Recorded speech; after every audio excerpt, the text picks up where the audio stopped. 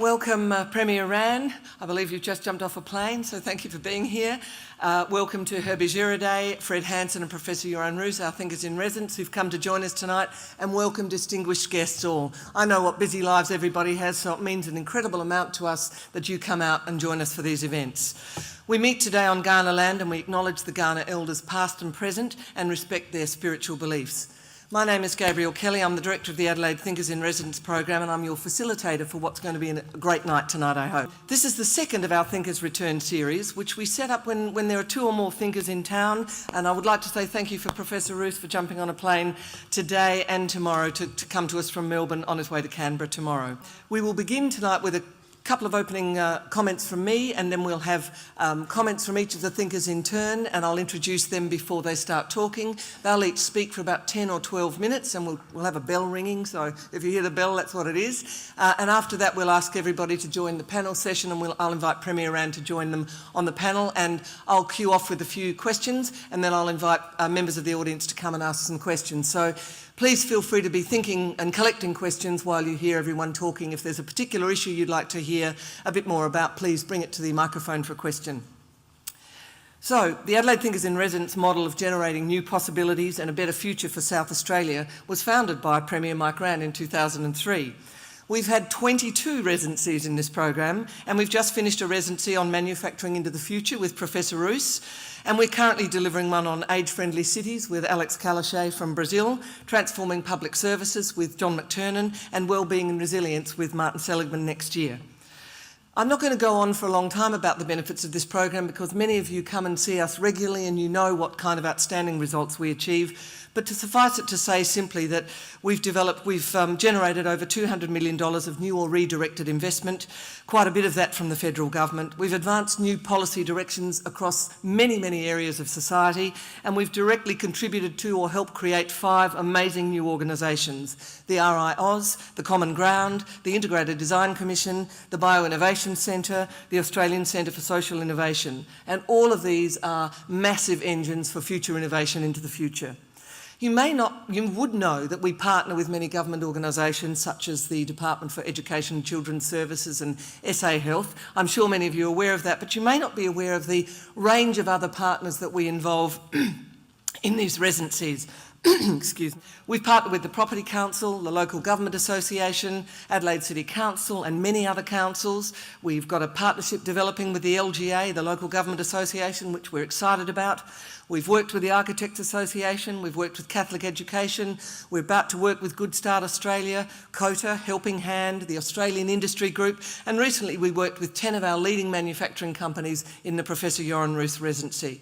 We're about to work with St Peter's Collegiate and Beyond Blue and Mine Matters in the residency beginning in 2012. Our latest residency, which is yet to be announced, which we're still working on the numbers on though, we realise we're going to have something like a 70% private sector participation in the residency.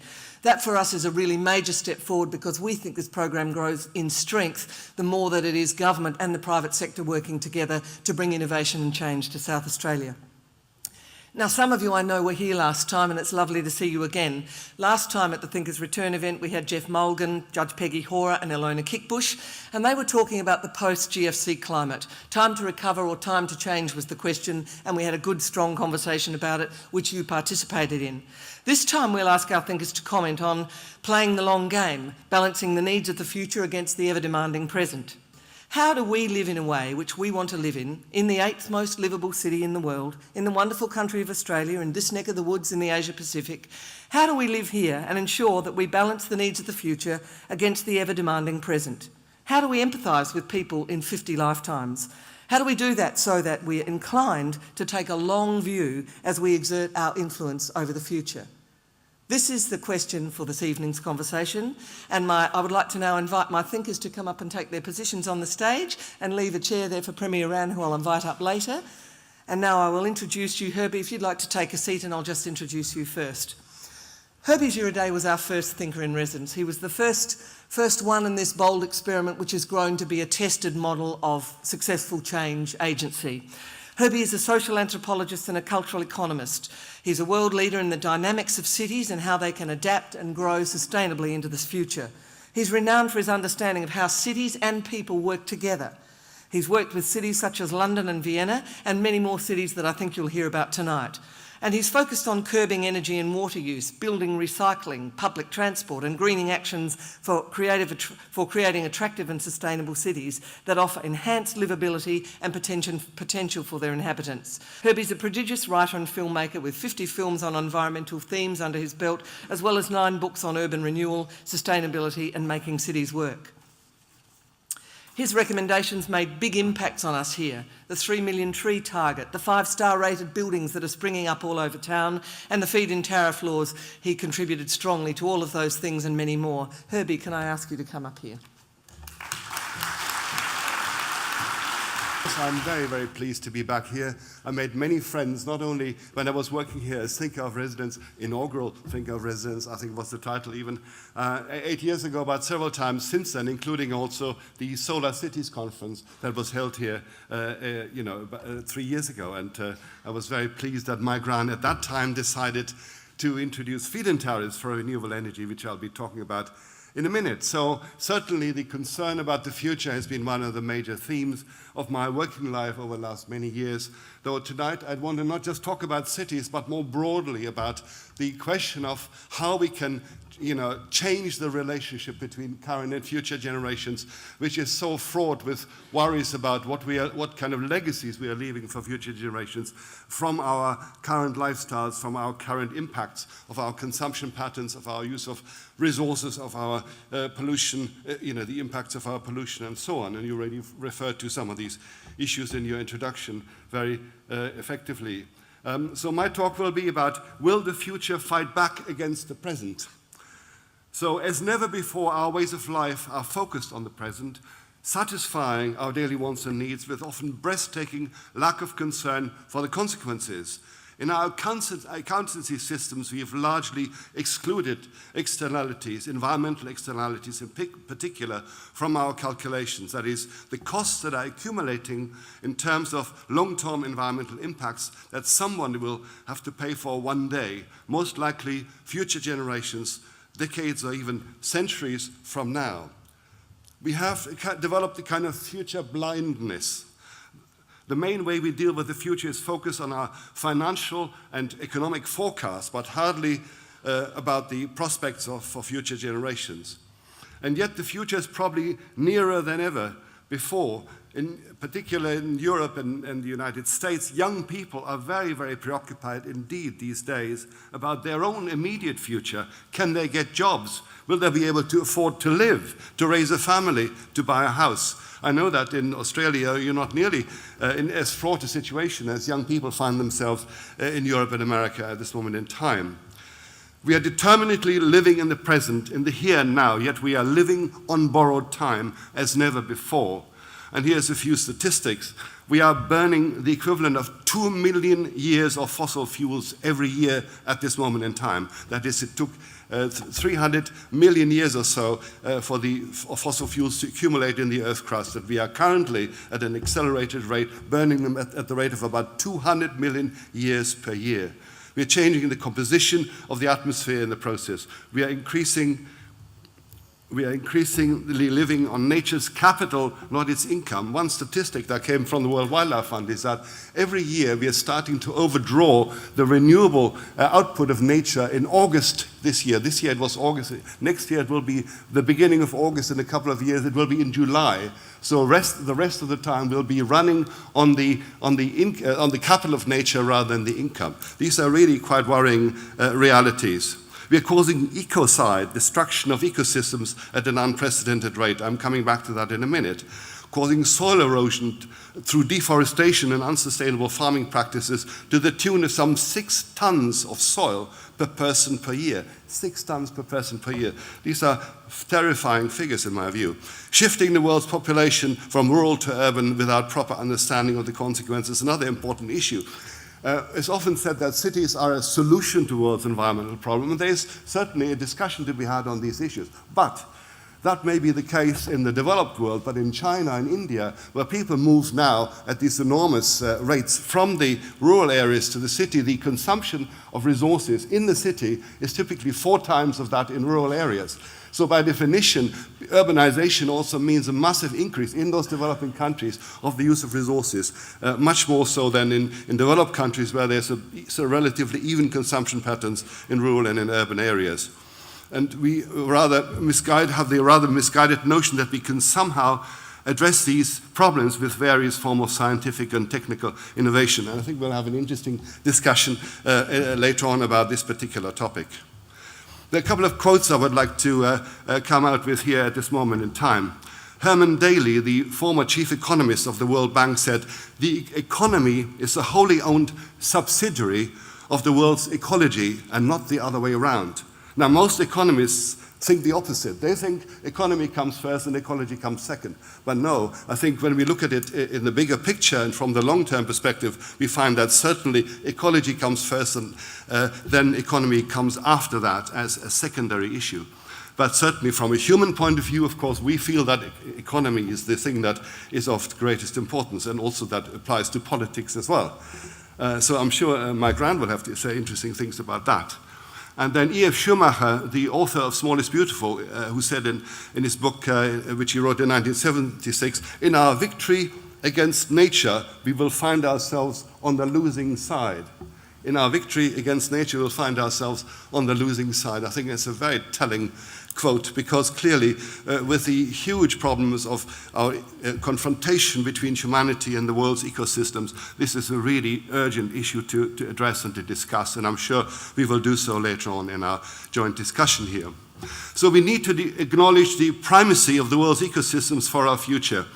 These are defined as biological communities with their interdependent organisms and physical environment.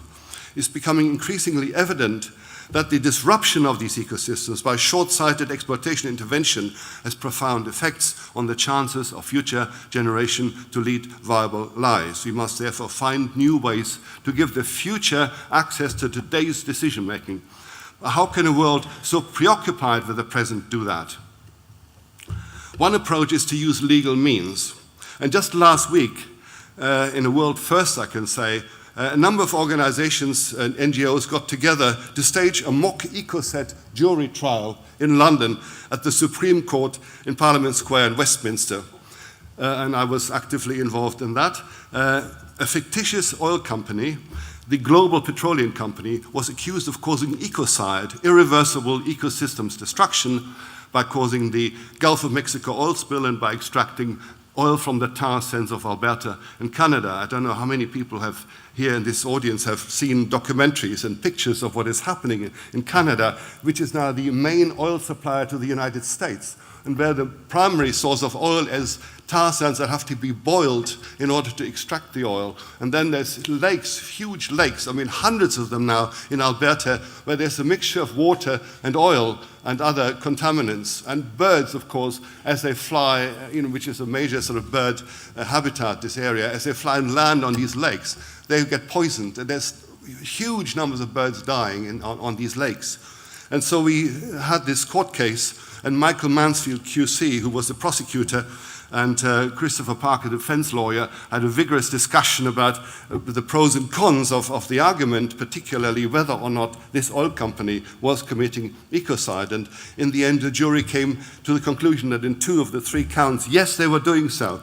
And the Financial Times, which reported the trial, ended its article by saying, "Company directors beware.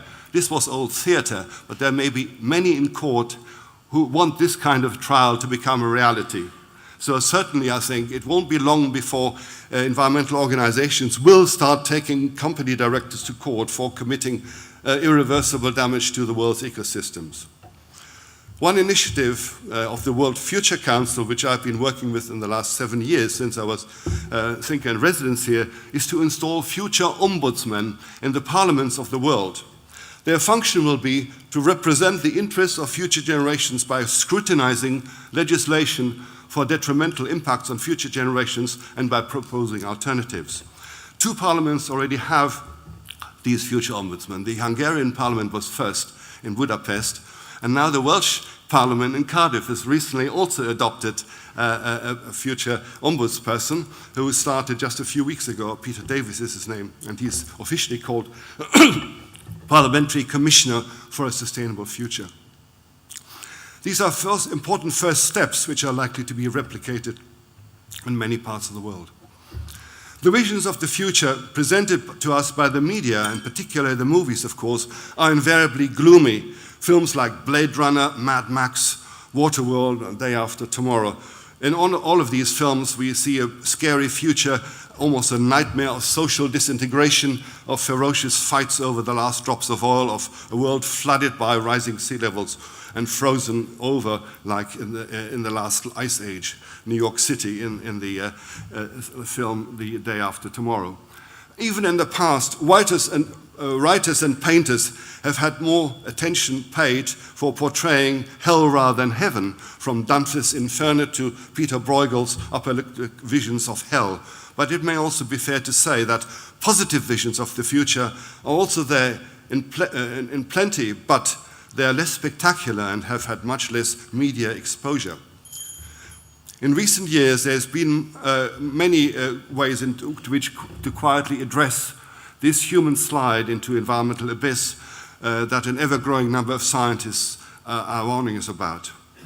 So there are some political parties and politicians who are working hard to try and implement policies that can change the behavior patterns of companies, of individuals in society.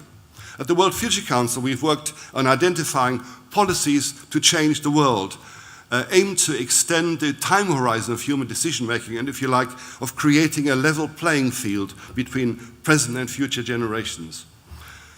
As the first amongst these policies, I would list feed-in tariffs for renewable energy, as you would like to hear, I'm sure, Premier Rann. These are policy mechanisms designed to accelerate investment in renewable energy technology and ultimately to deliberately reduce our dependence on fossil fuels.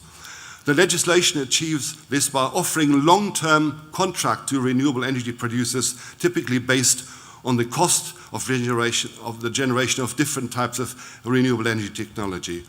Technologies like wind power, for instance, are awarded a lower per kilowatt hour price than solar PV and tidal power, which are currently offered a much higher price, reflecting the higher costs. The first of these tariffs was introduced by President Carter in 1978, and of course, as soon as President Reagan got into power, he dropped that. It's not surprising, I suppose. The purpose of the act was to encourage energy conservation as well as development of renewables. In Germany, feed-in tariffs were a major success story, and they were introduced in 2000 as a result of a coalition of the Labour and the Social Democrat and Green parties. And that was a very interesting new political constellation, which I would propose has really great significance for introducing the concern about future generations into decision-making, because Green parties, by definition, tend to have longer-term perspectives than the more conventional parties. But so the results of the feed-in tariffs in Germany are really dramatic. 380,000 new jobs were created in renewable energy, dramatic reduction in fuel imports, also reduced CO2 emissions. On the total cost per household is only about €6 per person, per household per month, which is actually quite a small figure, given that now 20% of the energy, of the electricity in Germany is produced by renewables. The exciting thing that here in South Australia, the figure is higher than that. So it will be interesting to discuss later on whether or not you see a rapid further increase in renewables from current legislation. So these are just first examples of how legislation can drive a change towards taking the future much, much more seriously than we currently do in decision making. In Britain, we also have the landfill tax that in a similar form was also introduced here in South Australia. So these are policy breakthroughs that are of huge and direct relevance to how we can really get off the back of future generations. And of course, politics alone is not enough either. Ultimately, as we discussed in our residency 8 years ago, it is ultimately about a culture of sustainability that is the critical issue, the issue of participation in these processes rather than simply top-down policies. And again, I think this will be an issue of great relevance for the discussion this evening. Thank you very much. Now I'd like to introduce Fred Hansen. Fred Hansen is no stranger to us, and every time I ride the tram, I think of the important impact that you've had on South Australian life here, Fred. Fred is renowned for his innovative approach to the provision of public transport and internationally recognised in the field of transport and integrated land use. As General Manager of TriMet for 11 years in Portland, Oregon, that's the public transport provider for Portland, Fred pursued an ambitious and world-leading public transport strategy for the city, transforming it into an international model of sustainable and integrated system. Portland's transport system demonstrates the broad social, environmental, economic and health benefits of well-planned public transport, integrated into the cityscape and the way that people work and live. Prior to his work with TriMet, Fred was Deputy Administrator of the US Environmental Protection Agency for the Clinton administration, and he now serves on many advisory boards and panels and chairs the American Public Transport Association's work on sustainability. Fred, please come and join us for a few words.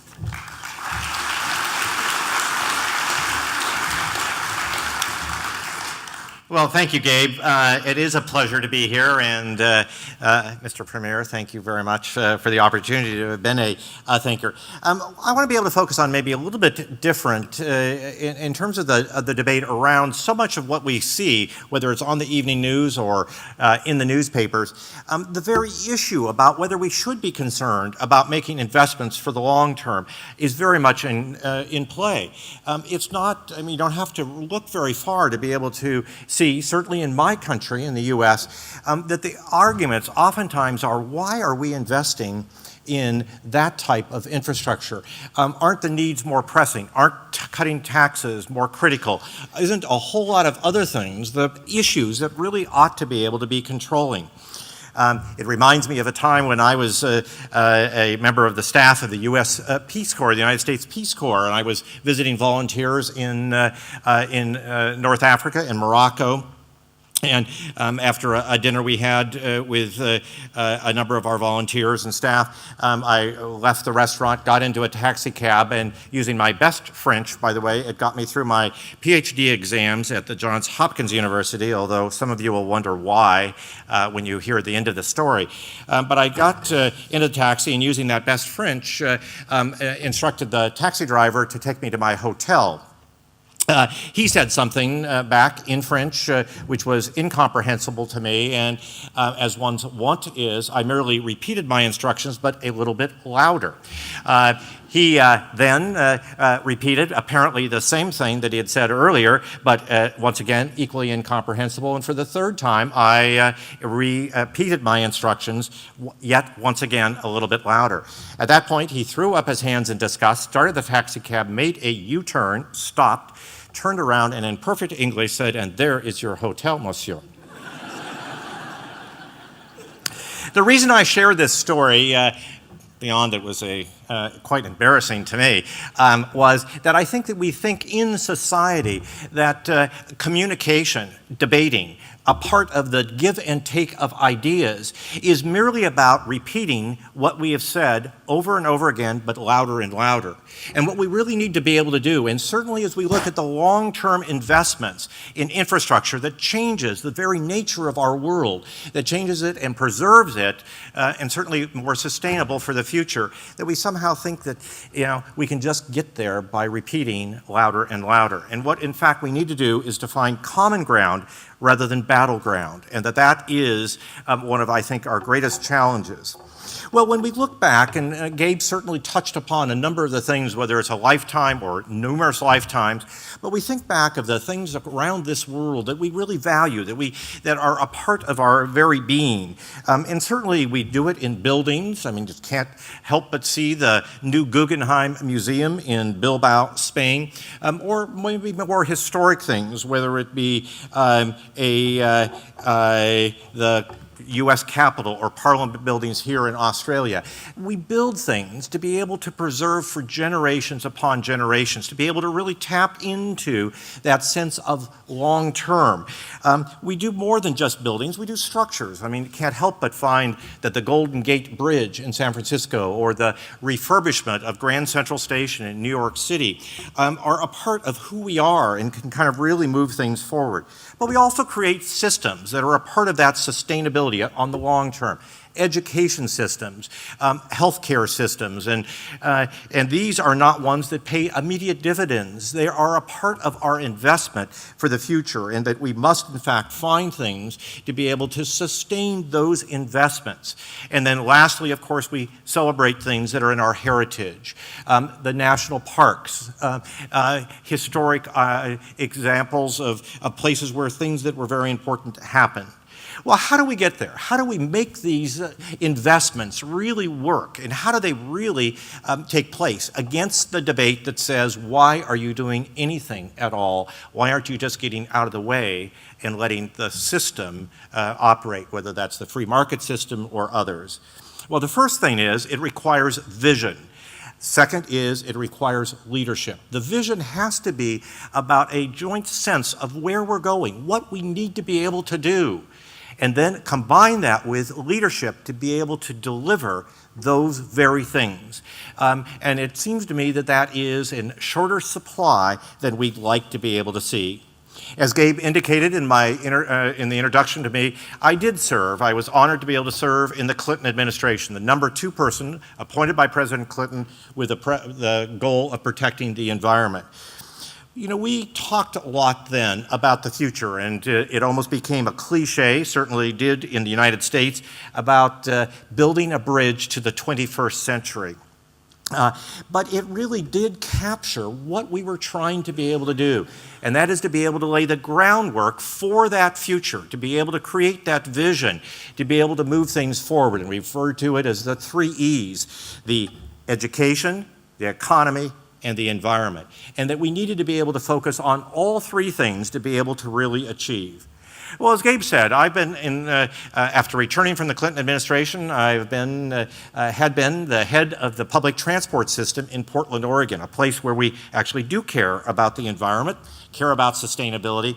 And one of the things that we oftentimes refer to is what Native Americans have historically celebrated and focused on, and that is preserving options for the 7th generation. It's that looking forward to be able to understand that it's not the immediate needs, it's not even the needs of our children or our children's children, but that 7th generation.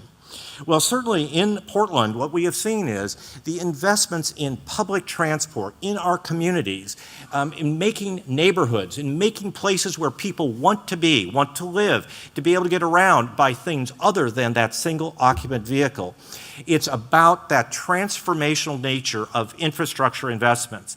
It's not that it happens overnight. It is how we really are able to change things, how we grow, how we develop.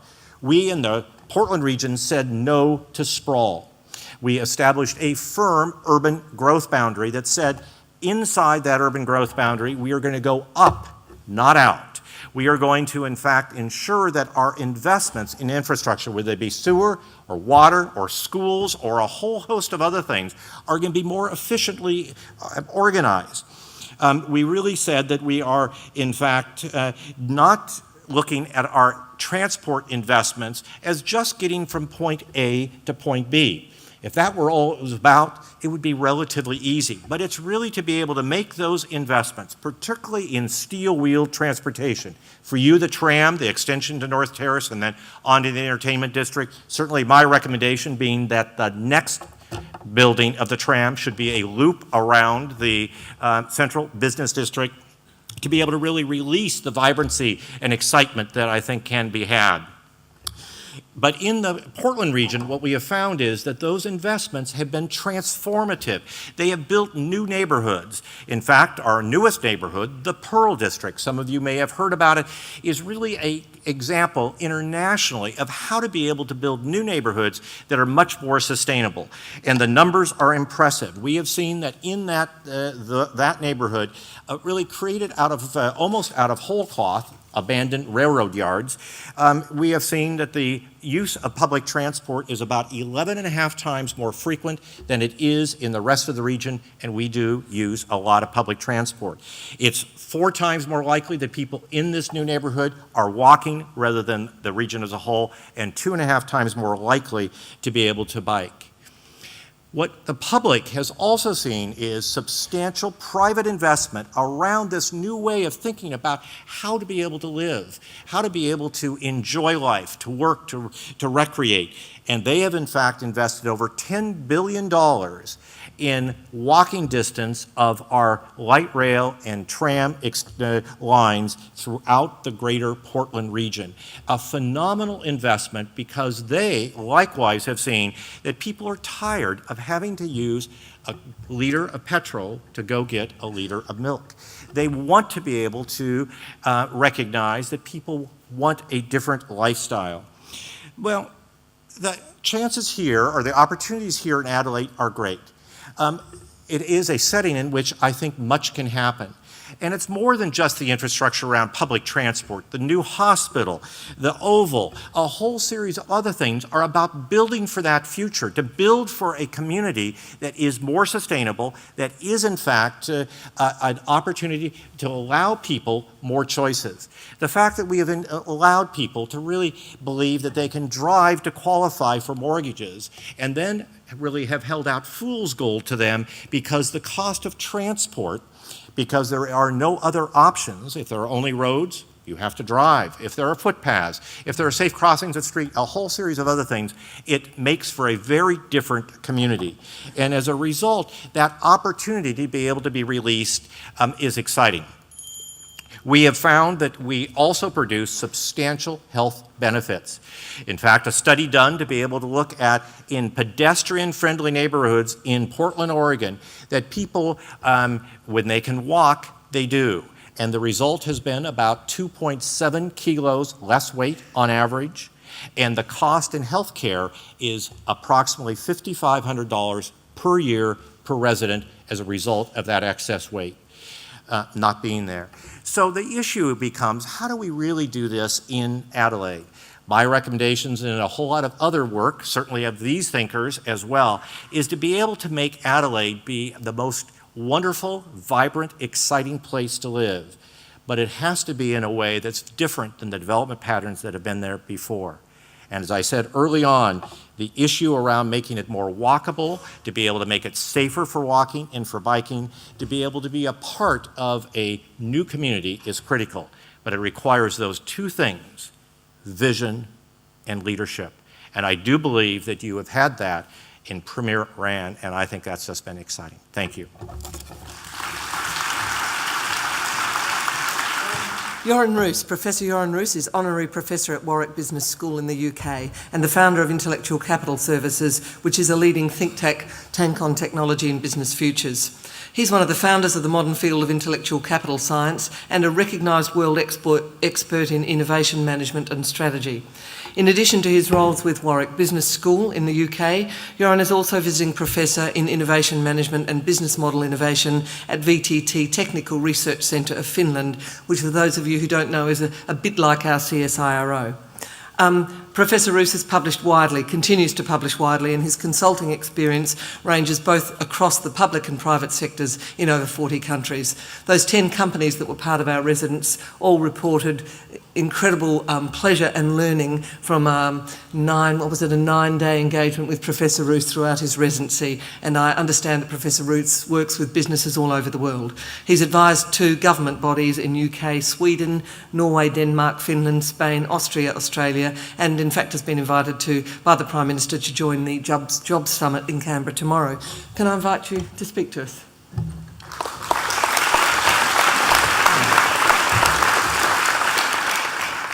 Premier, distinguished colleagues, Thinkers Office, and all of you who come here to kill off an evening. I'm a techno-optimist, and let me give you the simple reason why I am that.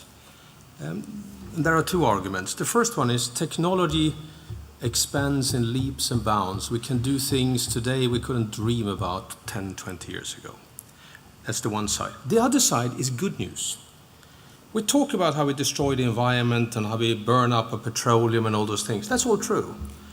But the good news is all the atoms are still there. They just are in different places. And they keep different company. But they are still there. This closed loop system of the Earth loses very little. There's a few hydrogen atoms that bounces off now and then when they get excited, and then there is a few meteorites that come in and tops up things. But basically, it's all there. So we haven't stolen anything in terms of matter from the future.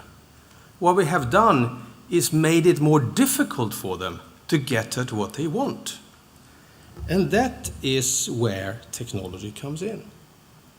There's also an issue around how we deal with this issue of balancing the present with the future, because that is, of course, an issue of tension. You know, we need to deal with that. We need to have a balance. And these things are a little bit trying to get a different perspective. And here I will share with you a perspective where I come from. I grew up in Scandinavia.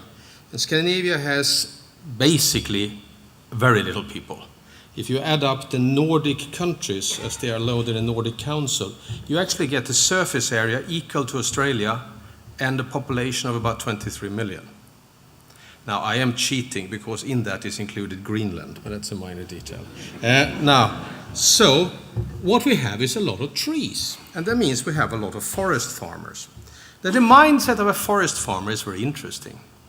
My grandfather was a forest farmer, among other things, because it takes a long time for a tree to grow in those environments. So what you plant will be harvested by your grandchildren, and what you harvest was planted by your grandparents. That means your mindset is constantly a balance between present and future. In the early 1600s, there was a law introduced in Sweden that every time you chop down a tree, you have to plant 2 new ones. So we have more forest in this country than we've ever had in historic reckoning. Now, it causes positive things and it causes negative things. One of the positive things is that if you look at Sweden as a closed ecosystem with its industry and activities, its forests and so on, we have an ecological footprint in terms of greenhouse gas gases, which is somewhat less than that provided by the population of Bangladesh breeding. So, you know, you can get there if you want to. And we worked in environment since the 60s with quite strong regulation. The other issue you have to deal with, of course, apart from time, is the systemic approach to things. And here we do see real problems. Most things that we interact with are systems. We tend not to look them as systems. We kind of split them up in nice little stovepipes and say, you're responsible for that and you're responsible for this. And then we don't do smart things. And let me give you some great examples of this, from the large to the small and from the positive to the negative in some order or other. A country that I know well decided to order some torpedo boats. Now this was, of course, a military order, so the Defense Procurement Agency had some officers on a normal 2-year cycle, and they thought they knew everything, so they wrote a spec. And of course, then they bought on the cheapest bidder. Well, one does, doesn't one? Yeah. And the cheapest bidder bid, and the cheapest bidder built, and they delivered the torpedo boats, and they sank. It's not very good, is it? So they were taken to court. And they were very relaxed about it, this company. So they came to court, and there was a long introduction by the prosecution about what this was all horrible stuff. And the defense lawyer stood up and he said very simply, if you had wanted them to float, you should have written so in the spec. Because the way it was written, they would sink. So the assumption that they knew they were doing was wrong. That's a simple example of non-functional systemic thinking. You can have another one, if I go closer to home here. The Department of Environment and Energy Efficiency in Canberra is building a new building. I understand that when one gets new department activities, one needs a new building. It's very important. It falls under infrastructure, doesn't it? Right? So in so doing, of course, one procures things. And one of the things they decided to procure were different bits, including, solutions for window frames and so on. So somebody responsible for procurement was tasked what to do. Minimum waste of taxpayers' money. So of course they bought on purchase price, cheapest purchase price.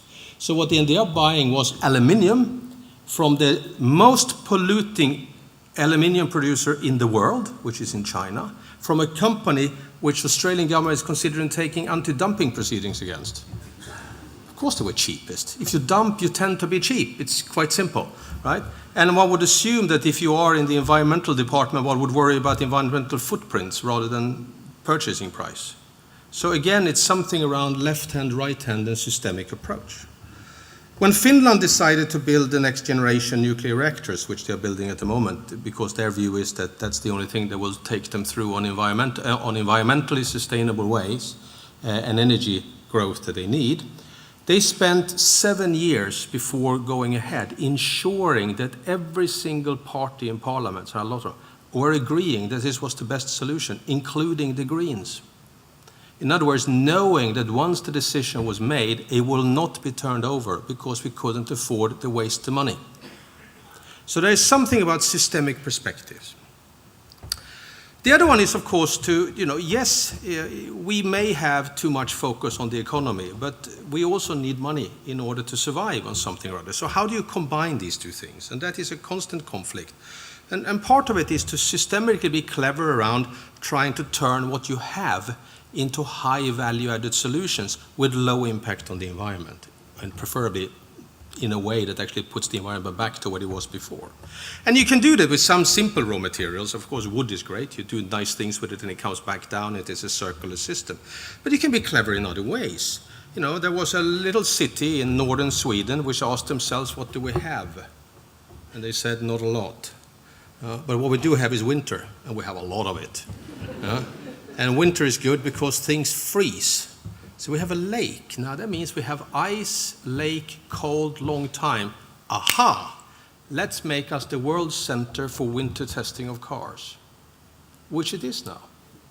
Every single car manufacturer in the world brings their new models there to winter test them. So they become very wealthy in this small village and built lots of services and issues around what they had.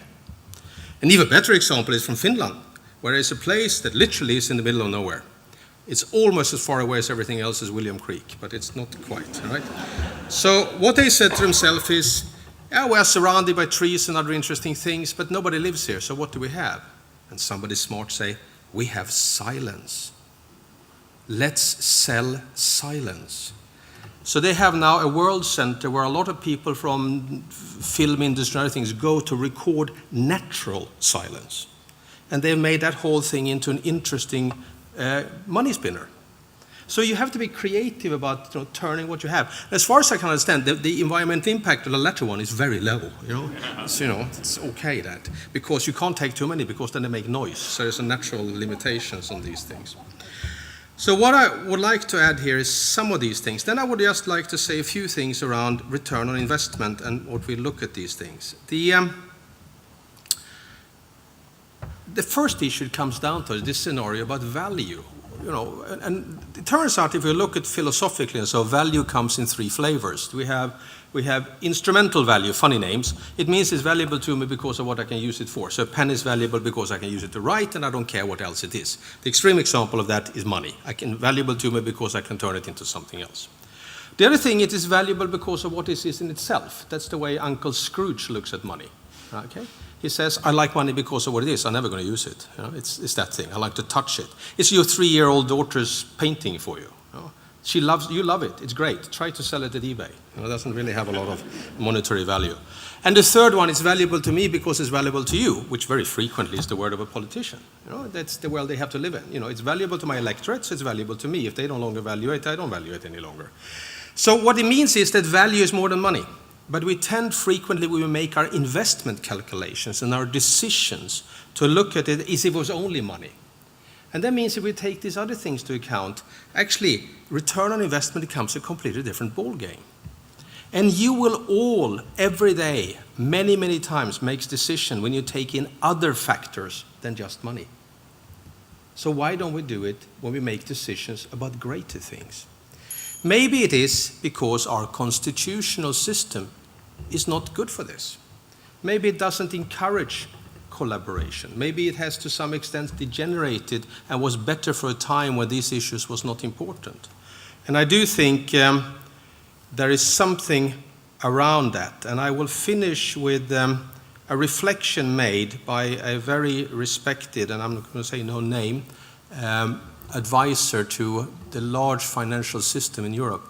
And on a question from me about what is actually the problem in Europe after a long discussion about technical financial details, his answer was, Now you think I'm going to give you an answer that relates to finance. Not at all. The big problem we have in Europe today is that we have no politician of standing. We have no Helmut Kohl. We have no François Mitterrand. We have no Margaret Thatcher who could stand up and say, here is the short-term pain we are going to take in order to get a long-term gain, and I don't care what the opinion polls say. This is the right thing to do. Since we don't have them, we have politicians who constantly strive in Europe for short-term gain and don't care about the long-term pain. And with that, I will say thank you.